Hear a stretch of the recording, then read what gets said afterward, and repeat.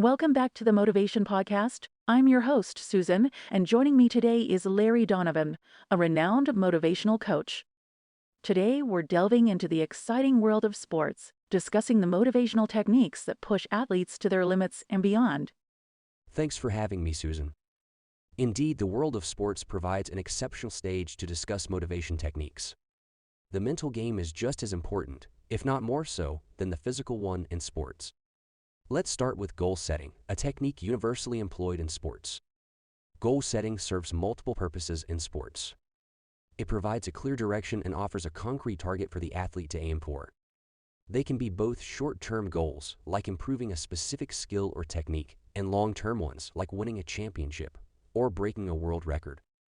One thing to keep in mind is that the goals should be smart, specific, measurable, achievable, relevant, and time-bound.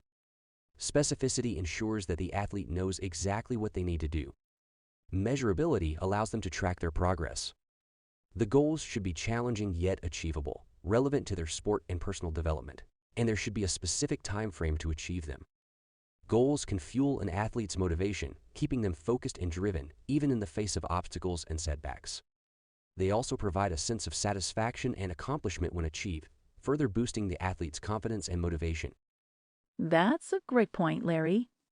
Goal setting, when done properly, can indeed be a powerful motivational tool. It provides athletes with a roadmap guiding them towards their ultimate objectives. Let's move on to our next technique. Absolutely, Susan. The next technique we're going to talk about is imagery or visualization. This is another commonly used strategy in sports to enhance motivation and performance. It involves visualizing the task at hand and mentally rehearsing the actions required to perform it successfully.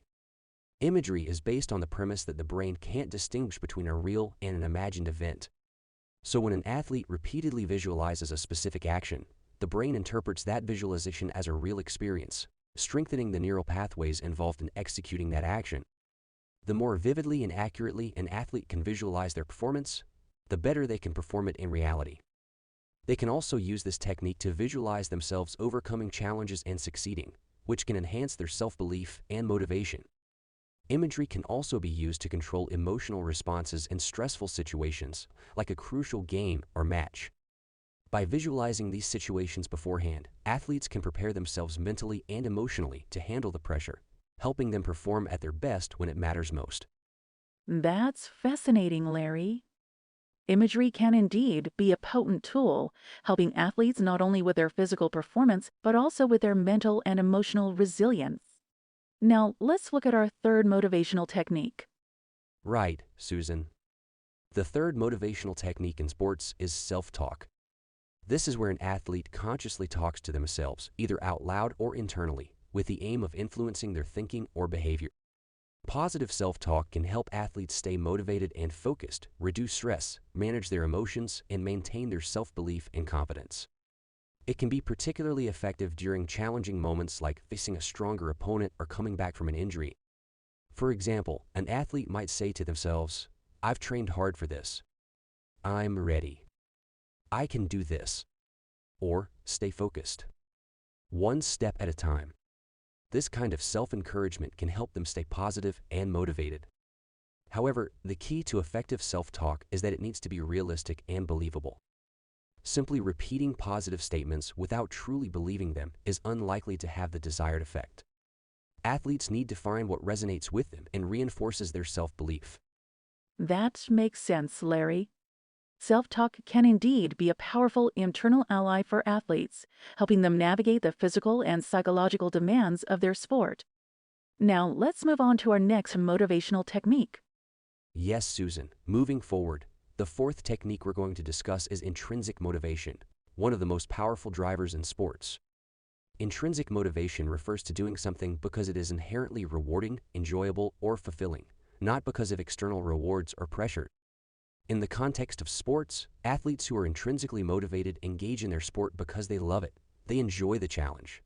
They crave the satisfaction of improving, or they value the benefits it brings to their health and well-being. This kind of internal motivation can be incredibly powerful, as it is self-sustaining and less affected by external factors like competition outcomes or others' opinions. To foster intrinsic motivation, it's important to cultivate a growth mindset, where athletes view challenges as opportunities to learn and grow rather than threats or obstacles. It's also crucial to ensure that athletes have autonomy, competence, and relatedness, which are known as the three basic psychological needs according to self-determination theory. Autonomy refers to feeling in control and having the freedom to make decisions. Competence is about feeling capable and effective, and relatedness is about feeling connected and valued by others. That's a great insight, Larry. Intrinsic motivation can indeed be a powerful force, driving athletes to persist and excel even in the face of adversity. Now let's delve into our final motivational technique. Certainly, Susan. The final technique we'll cover today is goal setting. In sports, goal setting is a fundamental motivational technique. It gives athletes clear and measurable targets to strive for, which can significantly enhance their motivation, focus, and performance. However, it's not just about setting goals. The way these goals are set can significantly influence their motivational impact. For example, the SMART goal framework, which stands for specific, measurable, achievable, relevant, and time-bound, is widely used in sports. A specific goal gives a clear direction and makes it easier to devise a strategy. A measurable goal allows athletes to track their progress and adjust their approach if needed. An achievable goal is challenging yet realistic, striking the right balance to maximize motivation. A relevant goal is aligned with the athlete's broader objectives, ensuring that their efforts are purposeful. And a time-bound goal creates a sense of urgency and promotes accountability. Moreover, it's beneficial to set both outcome goals, which focus on the end result, and process goals, which focus on the actions needed to achieve that result. While outcome goals can provide a powerful vision to strive for, process goals can keep athletes motivated and focused in the present moment, which is crucial for performance. That's an excellent point, Larry. Setting the right goals can indeed be a powerful motivator, helping athletes maintain their focus and drive towards their desired outcomes. It's clear that each of these techniques plays a crucial role in sports motivation. Thank you so much for sharing your insights and expertise with us today. You're welcome, Susan. It was a pleasure to be here and discuss these motivational techniques in sports. I hope that our listeners found this discussion helpful and can apply some of these techniques in their own lives, whether they're athletes themselves or are trying to improve their motivation in other areas. Ultimately, motivation is a very personal and complex phenomenon.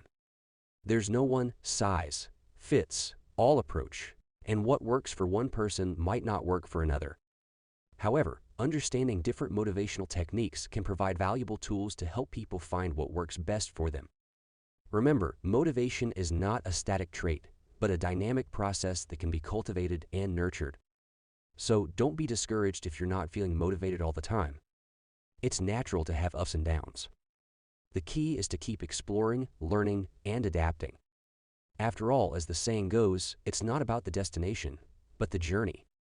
Absolutely, Larry. It's indeed about the journey and continuously striving for improvement and growth. And with the right mindset and techniques, we can enhance our motivation and make that journey more fulfilling. Thank you again, Larry, for joining us today. And to our listeners, thank you for tuning in. We hope you enjoyed this discussion and found it insightful. Until next time, keep exploring, stay motivated, and remember you're capable of achieving great things. Thank you, Susan.